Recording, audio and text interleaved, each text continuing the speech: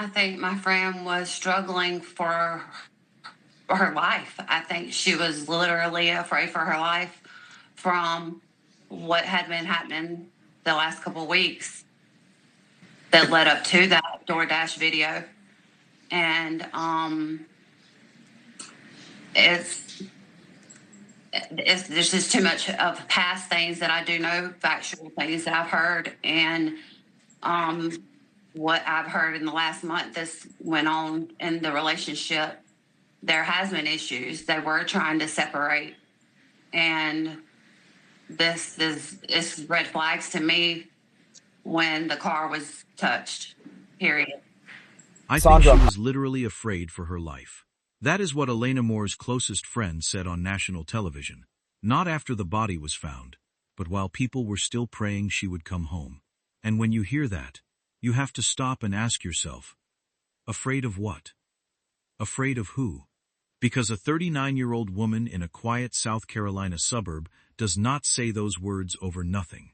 She said it at a brunch on May 31, 2026, 11 days before she disappeared. She was restless that day, according to people who were there, getting up repeatedly, walking to the window, looking outside, sitting back down, like she was waiting for something she didn't want to arrive. The people around her noticed. They didn't know what to do with it. And 11 days later, Elena Catherine Moore walked out of a gym on a Thursday night and never came home. 6 days after that, a body was found in the woods. I need to warn you before we go any further. This case involves a woman in what appears to have been serious personal crisis, an unexplained death, and an investigation that is wide open. There are no clean answers yet. If you need a moment before we get into this, take it. This one does not let go easily. For anyone watching Kova True Crime for the first time, subscribe now and hit the notification bell. Drop a comment telling us where in the world you are watching from. We read every single one. To everyone who has been here, who has shared these videos, left comments, and helped these stories reach people who needed to hear them, thank you. You are the reason cases like Elena Moore's don't disappear into silence. Now let's talk about what actually happened. Elena Moore was not easy to miss. She was 39 years old, lived in Lexington, South Carolina, a town of about 23,000 people sitting just west of Columbia. The kind of place where people know each other, where your name gets around fast, where a missing neighbor becomes front-page news before the morning is over. And Elena was the kind of person whose name was already around. She worked 3 jobs: personal trainer at Wolf's Fitness Center, pharmacy technician at CVS, bartender at multiple bars across Lexington. That is 3 completely different circles of people who knew her face, knew her schedule, and noticed when she wasn't where she was supposed to be. This was not a woman who moved through the world quietly. Her friend Lauren Beasley told Fox News Digital she had last spoken to Elena about a month before the disappearance. And this is important. Beasley said Elena seemed completely normal at the time. Nothing alarming in the conversation. Nothing personal shared about what she was going through. To the outside world, everything looked fine. But here is the detail that reframes that entirely. Her friends describe Elena as intensely active on social media. Not passive, consistently posting, engaging, present online. So when her accounts went completely silent for a full month before she vanished, people in her circle noticed. One friend told reporters that the silence was completely out of character. A month of nothing from someone known for being constantly visible. That silence started somewhere around May, which puts it right around the time Elena sat at that brunch on May 31st and told someone she was scared for her life. Her husband is Brannon Slice. They had been together for 13 years before getting married in 2024. He is the person who reported Elena missing. Lexington police have stated clearly and on the record, Brannon Slice is not a person of interest. Private investigator Henry Dukes, working the case independently, told Newsweek that Slice had been distraught and fully cooperative throughout the entire search. That is where law enforcement stands right now.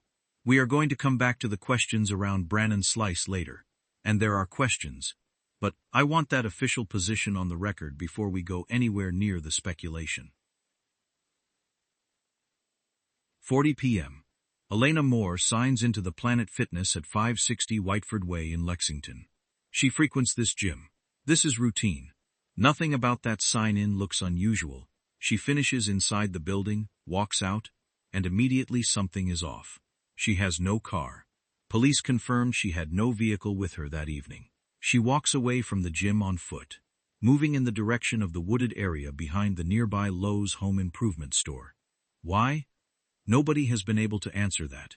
For a while, that was the last confirmed sighting. A woman walking toward the tree line behind a suburban shopping center. But then new surveillance footage emerged, and it shifted the entire timeline. 2.5 hours after signing into the gym, Elena Moore appears on camera again. This time, she is in the Publix parking lot at 100 Old Cherokee Road. Same olive green zip-up hoodie, same black athletic pants. She is walking in the direction of Old Cherokee Road. 2.5 hours. Between the gym sign-in and that parking lot camera, Elena was somewhere doing something and there is no footage of any of it. That gap is one of the central questions this investigation is built around. After the Publix sighting, nothing. Police said they were not even certain she had her phone with her. By the following Monday, her device was not pinging any cell towers. No signal, no location data. A woman on foot at night in a suburban community, and then complete silence. The next morning, June 12th, Brannon Slice reports his wife missing. He also located her vehicle parked in the Lowe's parking lot that Friday. Not gone, not driven away. Parked. Sitting there while Elena was somewhere on foot in the dark. What happened in those hours between 6:40 p.m. and 9:17 p.m., and what happened after that last camera caught her? That is the question SLED is trying to answer right now. June 11th was not where this started. Not even close. Let me take you back to May 31st, 2026. And at some point during that gathering, she tells someone she is scared for her life. TMZ first reported this detail, citing people who were present. They described her behavior that day as unusual, repeatedly standing up, walking to the window, looking outside, sitting back down, over and over, like she was watching for something. A couple named Sarah Burleson and John Moore, no relation to Elena, live about half a mile from the Planet Fitness. A DoorDash driver drops a food order at their door. Elena Moore walks up and picks it up as if it belongs to her. John Moore opens the front door and takes the food back. He turns to walk inside. Elena starts to follow him in. John Moore told News Nation what happened next. Once I got the food from her and I turned to walk back in the house, whenever she started to walk in the house with me, she seemed really confused and disoriented about where she was or whatever she was doing. Sarah Burleson added that when she spoke to Elena directly, Elena said she didn't know what she was doing. Not lost in the sense of needing directions, lost in the sense of having no idea what she was there for or why she was doing what she was doing. That Ring doorbell footage was pulled by investigators. Now here is the detail that changes the weight of everything above. A source with knowledge of the investigation, first reported by News Nation, says Elena had recently been released from a mental health facility before she disappeared. But it is being reported by multiple outlets, and when you place it next to the May 31st brunch, the Ring camera footage on June 4th, and what comes next, you start to see a woman who was in serious crisis for weeks before she vanished. Her closest friend, Sandra Rochelle Campbell, told Cuomo on national television, "I do believe there's foul play. I think my friend was struggling for her life. I think she was literally afraid for her life." Campbell went further. Without detailing specifics, she said there were significant issues in Elena's marriage in the period before her disappearance. She said the couple had been trying to separate. That is a named, on-record source, someone who knew Elena closely, saying something very different from the official picture. Then there is the Facebook post. Before Elena disappeared, Brannon Slice commented on a Facebook post describing his wife as not well. The comment was deleted. Later, during the search, Slice posted a photo that had been taken weeks earlier, before Elena went missing, and drew sharp public criticism for it. He responded with an apology post acknowledging the confusion it caused. None of that is evidence of anything on its own, but it is all part of a picture that law enforcement is now looking at very carefully. If you haven't subscribed to Kova True Crime yet, hit that button right now. When the autopsy results drop on this case, we are going to be here breaking it down piece by piece. Evidence first. You need to be here for that. June 12th. Elena is officially reported missing. Lexington police deploy a drone over the wooded area behind Planet Fitness and Lowe's, the direction she was net. First seen walking. Preliminary sweep. Nothing found. Monday, June 15th. Chief Terrence Green brings in a full multi-agency operation. Lexington County Sheriff's Department, SLED, South Carolina Department of Natural Resources, SC Highway Patrol, Fire Services, EMS. They work through the wooded areas along common farm lanes systematically. On foot, Green is precise about what this is. Not a recovery operation, an elimination. Ruling out one location at a time. Result? No trace of Elena Moore. Then something happens that adds confusion to an already fractured situation. A post circulates on social media claiming Elena has been found. The community breathes, people share it, and then Lexington police walk it back. False lead, unconfirmed, she is still missing. Questions immediately follow about who authorized the post and why it went up at all. Now, the internet focuses on the husband. That is just reality. And in this case, the focus on Brannon Slice was fast and loud.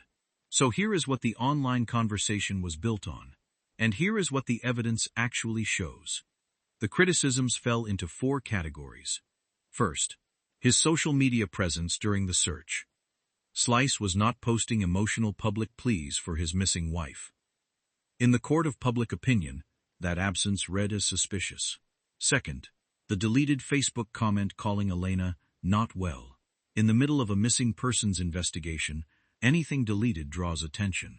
Third, a LinkedIn profile surfaced listing a Brannon Slice from Lexington as a private investigator. Investigators could not confirm it was the same person, but online the implication was immediate. A PI would know how to manage information and control a narrative. Fourth, the marriage timeline. 13 years together, married only in 2024. Combined with Campbell's statement about separation, people asked what was happening in that relationship. Now here is what the evidence actually shows. Brannon Slice reported Elena missing. He located her vehicle in the Lowe's parking lot on Friday and alerted authorities. He has been cooperating with investigators throughout. PI Henry Dukes told Newsweek that Slice was, in his words, very distraught, very upset, very emotional. And Lexington police stated directly, and on the record, Brannon Slice is not a person of interest. That is the official record as of June 19, 2026. What the deleted comment might actually tell us, rather than guilt, is that Slice knew his wife was struggling and was trying to explain her disappearance to people who knew them without publishing her private medical situation publicly. That is a plausible reading.